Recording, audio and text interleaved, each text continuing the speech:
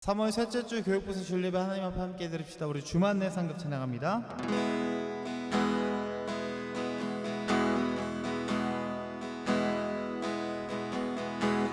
주발 앞에 엎드리네 존귀하신 주 여기 계시네 아름다운 주의 음성 내게 들려오네 나를 고치시네 주만 내 상급 주만 내 기쁨 다만 나는 믿음으로 주의 영광 보리라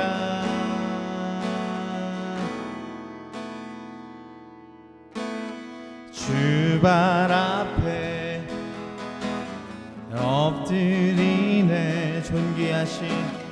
존귀하신 주 여기 계시네 아름다운 주의 음성 내게 들려오네 나를 고치시 주만 내 상급 주만 내 상급 주만 내 기쁨 다만 나는 믿음으로 주의 영광 보리라 주만 내 상급 한번 더 고백합시다 주만 내 상급 주만 내 기쁨 다만 나는 믿음으로 주의 영광 존귀하신 예수 존귀하신 예수 주께 속한 영광 나는 믿음으로 보내 존귀하신 예수 주께 속한 영광 나는 믿음으로 보내 한번 더 고백합시다 존귀하신 예수 주께 속한 영광 나는 믿음으로 보내 존귀하신 예수 주께 속한 영광 나는 믿음으로 보내 주만 내 상급 주만 내 기쁨 다만 나는 믿음으로 주의 영광 보리라 주발 앞에 엎드리네 존귀하신 주 여기 계시네 아름다운 주의 음성 내게 들려오네 나를 고치시는 주. 아멘.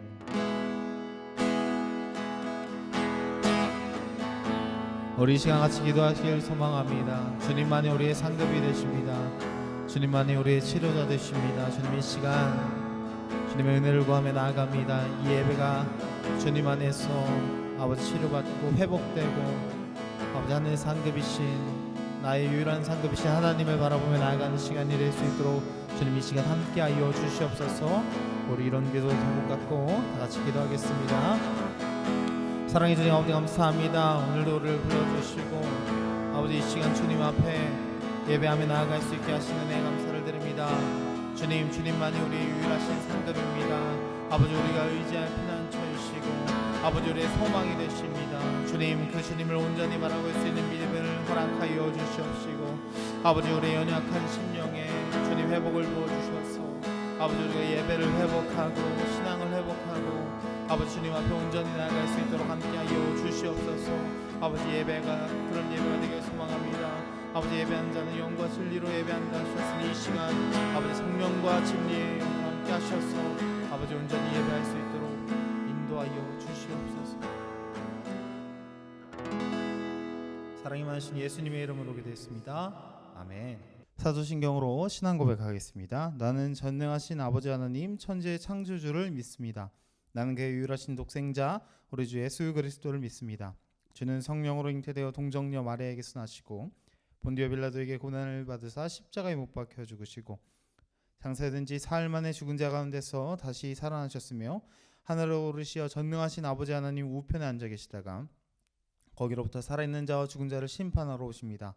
나는 성령 충만을 사모하며 거룩한 교회와 성도의 교제와 죄를 용서받는 것과 몸의 부활과 영생을 믿습니다. 아멘. 네, 오늘 함께 보실 하나님의 말씀은 마태복음 6장 1절에서 8절까지의 말씀입니다. 마태복음 6장 1절에서 8절까지의 말씀 우리 한 목소리로 함께 봉독하도록 하겠습니다. 사람에게 보이려고 그들 앞에서 너희 의를 행하지 않도록 주의하라. 그리하지 아니하면 하늘에 계신 너희 아버지께 상을 받지 못하느니라. 그러므로 구제할 때에 외식하는 자가 사람에게서 영광을 받으려고 회당과 거리에서 하는 것 같이 너희 앞에 나팔을 불지 말라. 진실로 너에게 이르노니 그들은 자기 상을 이미 받았느니라. 너는 구제할 때에 오른손이 하는 것을 왼손이 모르게 하여 내 구제함을 은밀하게 하라. 은밀한 중에 보시는 너희 아버지께서 갚으시리라. 또 너희는 기도할 때에 외식하는 자와 같이 하지 말라.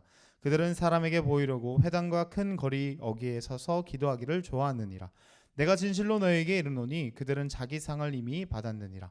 너는 기도할 때에 내 골방에 들어가 문을 닫고 은밀한 중에 계신 내 아버지께 기도하라.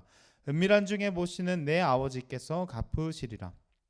또 기도할 때 이방인과 같이 중언부언하지 말라. 그들은 말을 많이 하여야 들으실 줄 생각하느니라. 그러므로 그들을 본받지 말라. 구하기 전에 너에게 있어야 할 것을 하나님 너희 아버지께서 아시느니라. 아멘. 오늘은 마태복음 6장 1절에서 8절의 말씀을 통해서 상이라는 제목으로 말씀을 나눠보도록 하겠습니다. 여러분, 날씨가 굉장히 많이 따뜻해졌어요. 이제 막 봄이라는 게 이 피부로 막 느껴지는 것 같아요. 두꺼웠던 옷들도 이제 다 벗어놓고 좀 얇게 입고 다녀도 그렇게 많이 춥지가 않아요. 우리가 길을 가다 보면 이제 초록색 새싹들이 막 자라난 걸 볼 수 있어요. 저기 남쪽 지방에는 벌써 꽃들도 많이 폈다고 합니다. 우리 교회에도 1층에 로비 있잖아요. 그 로비에 있는 화분들에 새싹이 막 이렇게 나오기 시작했습니다. 봄입니다. 여러분 좋죠? 겨울이 가고 봄이 왔어요. 우리가 이 좀 이렇게 웅크려졌던 어깨를 확 활짝 펴고 기지개도 펴면서 이렇게 힘차게 아침을 시작하는 것처럼 이제 겨울이 가고 봄이 왔잖아요. 우리 친구들도 이 봄을 맞이해서 좀 더 활기차게 지냈으면 좋겠어요. 무엇보다도 우리 친구들의 이 영이 또 신앙이 또 믿음이 이렇게 움츠러들었다면 다시 한번 이렇게 기지개 피면서 활짝 일어나서 하나님 앞에 온전히 나아갈 수 있는 우리 교육부서 다 됐으면 좋겠습니다. 전사님은 초등학교 시절에 꼭 받고 싶었던 것이 있었는데 그게 뭐냐면 바로 달리기 1등 도장이었어요. 전사님 때는 옛날에 이제 달리기를 하면 1등한 친구에게는 이 손목에다가 1등 도장을 찍어줬단 말이에요. 근데 전사님이 달리기가 진짜 느렸어요. 그래서 늘 그 친구들이 선망의 대상이었고 저 1등 도장을 내가 언젠간 꼭 한번 받아보리라 그런 마음으로 열심히 단거리를 막 뛰었던 기억이 있어요. 그런데 받았을까요? 네, 아쉽게도 받지 못했어요. 아무리 노력해도 잘 뛰는 친구들을 도저히 따라갈 수가 없더라고요. 그래서 종목을 바꿨습니다. 뭘로 바꿨냐면 장거리로 바꿨어요. 그래서 장거리를 열심히, 내가 빨리는 못 뛰더라도 올해는 뛰겠다 이런 마음으로 열심히 뛰다 보니까 나중에 군대 가서 1등은 아니지만 체력 검정했을 때 1등급을 받는, 네, 그런 기쁨을 경험한 적이 있습니다. 지금 생각해 보면 왜 그렇게 저 도장이 탐났을까? 그 도장은 달리기가 빠른 사람이라는 것을 인정해주는 일종의 상이었어요. 그래서 그 상을 바라보면서 열심히 이렇게 연습했던 기억이 있습니다. 여러분, 올림픽 가끔 보나요? TV에 나오면 올림픽이 나옵니다. 이번에는 도쿄올림픽이 코로나 때문에 아마 연기될 것으로 보이긴 하는데, 올림픽 경기 중계를 보다 보면 선수들이 정말 열심히 해요. 그리고 정말 열심히 해서 마지막에 단상에 올라가는 선수들의 얼굴을 보면 그 표정에, 그 얼굴에 기쁨이 가득해요. 어떤 선수는 그 감격을 참지를 못해서 뭐 눈물을 막 흘리는 그런 선수들도 본 적이 있습니다. 아마 올림픽을 준비하는 선수들은 그 상, 메달을 바라보면서, 그 목표를 바라보면서 정말 열심히 4년을 쉬지 않고 계속해서 꾸준히 달려갈 수 있는 동기부여가 되는 것 같아요. 상은 그렇게 우리에게 좋은 역할을 주기도 합니다. 오늘 말씀에서 예수님은 우리에게 두 가지 얘기를 해주고 계세요. 하나는 구제이고 하나는 기도에 관한 것입니다. 여러분, 구제가 뭔지 아나요? 구제는 자신의 물질을 통해서 다른 사람들을 섬기는 것, 그것을 쉽게 구제라고 이야기합니다. 우리가 그러니까 성탄절에 보면 막 구세군들이 빨간 그 함에 이렇게 기부금을 모으잖아요. 그런 것도 기부라고 할 수 있겠죠. 또 어떤 것들이 있을까요? 어떤 사람은 돈이 많이 없어서 몸으로, 재능으로 기부하는 사람들도 있을 거예요. 또 어떤 사람은 자신의 물질을 통해서, 돈이 아니더라도 물질을 통해서, 물건을 통해서 기부하는 사람들도 있을 것입니다. 어찌되었건 이런 구제는 이스라엘에게는 굉장히 중요한 덕목이었어요. 그래서 옛날부터 이스라엘은 손님이라든지 아니면 지나가는 나그네들을 잘 섬기기는 문화가 그들 가운데 있었어요. 그런데 이 구제가 점점 시간이 지나니까 자신의 신앙을 자랑하기 위해서, 자신의 경건을 자랑하기 위해서 하는 것으로 변질되기 시작했습니다. 왜냐하면 구제는 하나님의 명령이었고, 하나님의 명령을 잘 지킨다는 것은 신앙이 좋은 사람, 경건한 사람, 모범적인 사람, 칭찬받는 사람이기 때문에 점점 구제의 본질이 바뀌기 시작했다는 것이죠. 또 잠언서와 같은 그 말씀을 보면 어떤 말씀이 있냐면, 구제를 하면 하나님께서 보시고 더 풍족하게 갚아주신다, 이런 말씀도 있어요. 즉 하나님께서는 우리의 선한 행실을 보고 계시다는 의미를 갖고 있겠죠. 어쨌든 처음에 시작됐던 구제는 굉장히 순수한 것이었어요. 하나님의 말씀이니까, 저 이웃이 너무나 딱하니까 내가 도와줘야겠다. 그런데 변질되기 시작했습니다. 자랑하기 위해서 구제를 하는 거죠. 오늘날로 따지면 정치인들이 좋은 일 한다고 몇 날 며칠에 어디 가서 좋은 일 하겠습니다, 미리 광고하고 기자들도 부르고 다 모인 데서 그 잠깐 하는 그런 일종의 퍼포먼스를 그 당시에 바리새인들이, 그 당시에 신앙과 경건이 좋아 보이기 위해서, 사람에게 칭찬받기 위해서 구제하는 사람들이 있었다는 것입니다. 오늘 말씀을 보면 예수님이 뭐라고 이야기하시냐면, 그 사람들은 회당과 거리에서 나팔을 불면서 구제한다고 이야기하고 있어요. 오늘날로 따지면 교회에서, 또 저기 사람들 많은 남광장이나 북광장에서, 또 병점 중심상가에서 막 나팔을 불면서 자랑하면서 내가 도와줄게요, 내가 구제하겠습니다, 그런 사람들이 있었다는 거예요. 그런데 오늘 뭐라고 말씀하세요? 예수님이 그런 구제는 하나님이 기뻐하시는, 하나님이 원하시는 구제가 아니라고 이야기하시는 거예요. 여러분, 남을 돕는 것, 구제하는 것, 보상을 바라고 하는 게 맞는 것인가요? 사람에게 보이기 위해서 하는 것이 맞는 것인가요? 아닙니다. 순수한 마음으로 예수님의 마음을 품고 힘들고 어려운 이웃에게 아무런 대가를 바라지 않고 하는 것이 원래의 목적이에요. 원래 구제의 목적은 하나님이 그렇게 순수하게 하라고 우리에게 주셨던 것이에요. 그런데 그 의미를 잃어버리니까 사람들이 사람에게 보이기 위해서 구제를 하기 시작했습니다. 오늘날도 마찬가지인 것 같아요. 많은 사람들이 그냥 순수한 마음으로 순수한 동기로 사람을 돕지 않아요. 혹시 내가 이것을 해서 누가 알아주지 않을까? 내가 이 좋은 일을 하면 어떤 상금이 보상이 있지 않을까? 그런 기대감을 갖고 하는 변질된 구제가 우리가 사는 시대에 만연한 것 같습니다. 그래서 예수님은 오늘 말씀에서 뭐라고 이야기하시냐면 오른손이 하는 일을 왼손이 모르게 하라 라고 말씀하고 있어요. 여러분, 오른손이 한 일을 왼손이 모를 수 있겠어요? 오늘 아침에 전사님이 일어나서 오른손으로 양치를 했어요. 그럼 왼손은 모를까요? 아니죠. 한 몸에 있는데 어떻게 모를 수가 있겠어요. 그만큼 하나님께서는 뭐라고 이야기하시냐면 구제를 은밀하게 하라는 거예요. 너 자신조차 잊으라는 거예요. 뭔가 대가를 바라지 말고 보상을 원하지 말고 그냥 했으면 잊으라는 거예요. 뒤를 돌아서면 그 사람을 도와줬던 그 구제 행실을 잊으라는 거예요.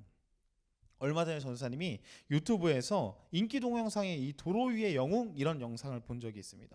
한 화물차가 도로를 막 달려가고 있어요. 근데 달려가다가 갑자기 이 차가 왼쪽 중앙에 있는 경계석을 막 들이받기 시작하는 거예요. 갑자기. 그러니까 뒤에 오던 차들이 놀라서 이 차를 막 추월해서 앞으로 막 갑니다. 한 대가 지나가고 두 대가 지나가고 세 대가 막 지나갔어요. 근데 그러다가 어떤 차 한 대가 앞으로 오더니 그 왼쪽을 박으면서 가고 있는 그 화물차 앞에서 브레이크를 꽉 밟는 거예요. 그러더니 어떻게 될까요? 이 오던 화물차와 앞에 선 차가 충돌했겠죠. 한 번 부딪힙니다. 두 번 부딪힙니다.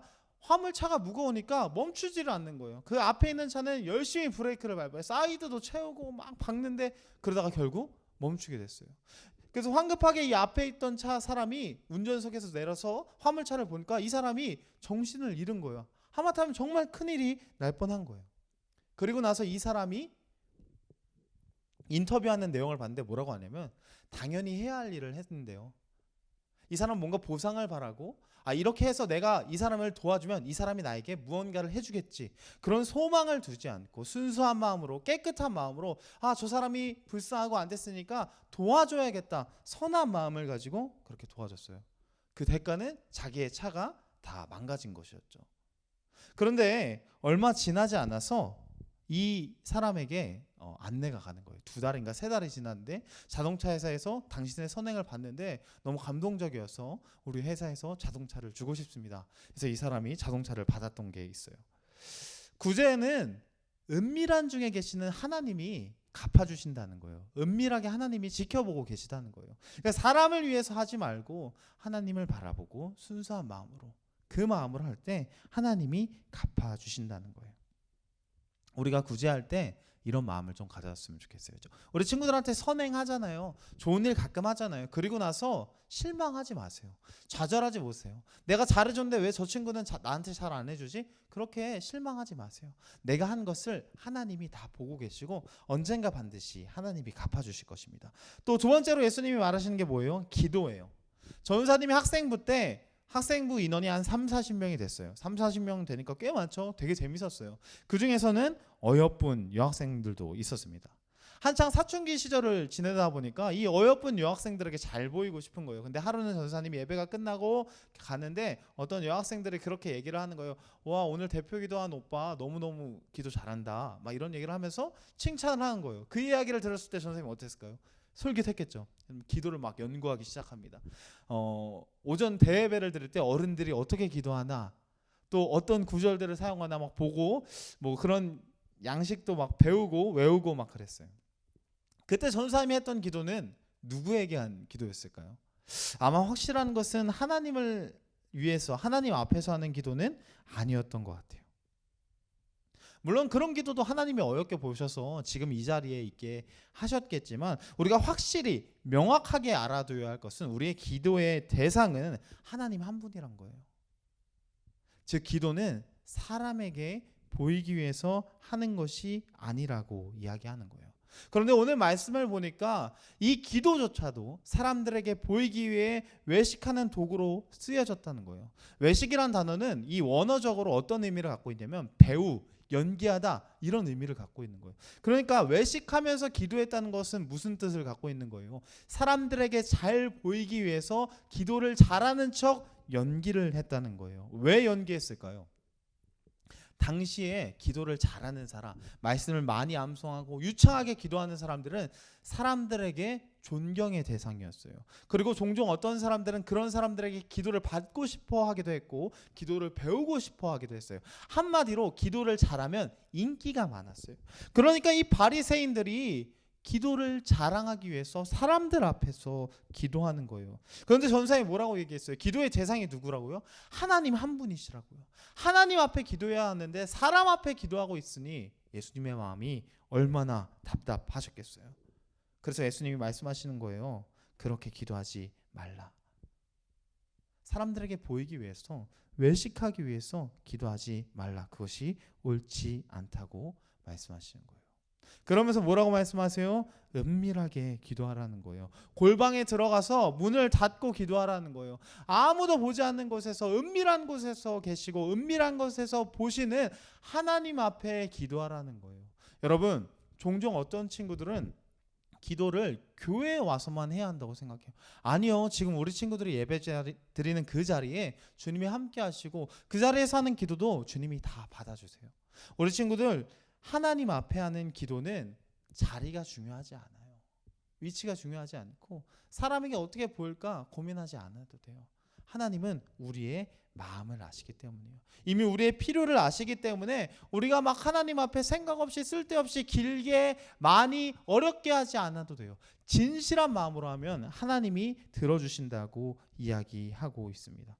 오늘 예수님께서 구제와 기도에 대해서 이야기하는데 공통점이 있어요. 그건 뭐냐면 사람들에게 보이기 위해서 하는 구제와 기도는 상이 없다는 거예요.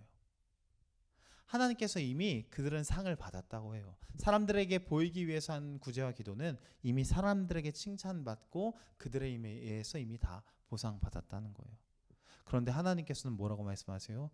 은밀하게 하라는 거예요. 오른손이 한 일을 왼손이 모르게 하고 골방에 들어가서 문을 닫고 기도할 때 은밀한 중에 보고 계신 하나님이 은밀하게 갚아주시겠다 말씀하시는 거예요. 이 말씀은 무슨 말씀이에요? 우리가 하는 신앙의 모든 것들이 사람에게 초점이 맞춰지지 않고 하나님께 초점이 맞춰져야 한다는 거예요. 그리고 그 하나님이 우리에게 상을 주시겠다고 말씀하시는 거예요. 히브리서 11장 6절은 이렇게 말합니다. 믿음이 없이나 하나님을 기쁘시게 하지 못하나니 하나님께 나아가는 자는 반드시 그가 계신 것과 또한 그가 자기를 찾는 자들에게 상 주시는 이심을 믿어야 할지니라. 이 말씀뿐만 아니라 다른 수많은 신약의 구절들에서 하나님이 우리에게 상을 주신다고 말씀하세요. 여러분, 그 상급을 바라보며 달릴 수 있는 우리 친구들이 다 되길 간절히 소망합니다. 우리가 때로는 신앙생활을 하다 보면 매일 드리는 예배, 매일 하는 기도, 매일 하는 봉사 이게 의미가 있을까? 이렇게 생각해요. 난 이미 구원받았는데 뭘 더 해야 하나? 그런데 여러분, 하나님은 상 주시는 분이에요. 하나님은 우리의 행실을 은밀한 곳에서 다 지켜보고 계세요. 하나님께서는 분명히 우리의 신앙의 모습을 보시면서 상을 준비하고 계세요. 너에게는 이 상을, 너에게는 이 상을, 나에게는 이 상을 하나님이 지금 준비하고 계시다는 거예요. 그런데 나중에 주님 앞에 갔을 때 그 상이 없다면 얼마나 슬프겠어요. 우리 친구들 신앙생활 사람을 보면서 하지 말고 하나님 바라보면서 하나님이 주실 상급을 바라보면서 하나님과 함께할 그날을 바라보면서 우리 바르게 하길 소망합니다. 구제할 때에, 기도할 때에 사람에게 하지 말고 하나님에게 은밀하게 보시는 하나님이 갚으실 걸 소망하면서 하나님 앞에서 신앙생활을 할 수 있는 저와 여러분이 되길 간절히 소망합니다. 기도하겠습니다. 사랑해 주님 아버지 감사합니다. 오늘 우리가 상에 대해서 함께 말씀을 나눴습니다. 사람들은 구제할 때, 기도할 때 사람에게 보이기 위해서, 칭찬받기 위해서, 이 땅에서 명성을 위해서 그렇게 합니다. 그러나 주님, 우리는 하늘에 계신, 하늘에서 은밀한 중에서 지켜보시고 갚아주시는 그 하나님 앞에 하길 소망합니다. 우리의 신앙의 초점이 사람이 아닌 하나님께로 온전히 맞춰지게 하시고 또 주님이 주실 그 상을 바라보면서 당면한 경주를 마칠 수 있는 지혜로운 자들이 될 수 있도록 인도하여 주시옵소서. 때로는 우리가 신앙생활을 하면서 몸이 건조하고 또 매번 반복되는 것들에 지루하고 힘들어할 때가 있는데 주님이 상 주시는 분이시라는 것을 다시 한번 기억하고 우리가 다시 한번 바르게 신앙생활을 하기 위해서 애쓰고 또 노력할 수 있도록 인도하여 주시옵소서. 그래서 우리 친구 모두 다 나중에 주님 앞에 갔을 때 잘하다 착하다 충성된 종아 칭찬받을 수 있도록 함께하여 주시옵소서. 사랑이 많으신 예수님의 이름으로 간절히 기도했습니다. 주기도문으로 예배를 마치겠습니다. 하늘에 계신 우리 아버지여, 이름이 거룩히 여김을 받으시오며 나라에 임하옵시며 뜻이 하늘에서 이룬 것 같이 땅에서도 이루어지이다. 오늘날 우리에게 일용할 양식을 주옵시고 우리가 우리에게 죄 지은 자를 사하여 준 것 같이 우리 죄를 사하여 주옵시고 우리를 시험에 들게 하지 마옵시고 다만 악에서 구하옵소서. 나라와 권세와 영광이 아버지께 영원히 있사옵나이다. 아멘.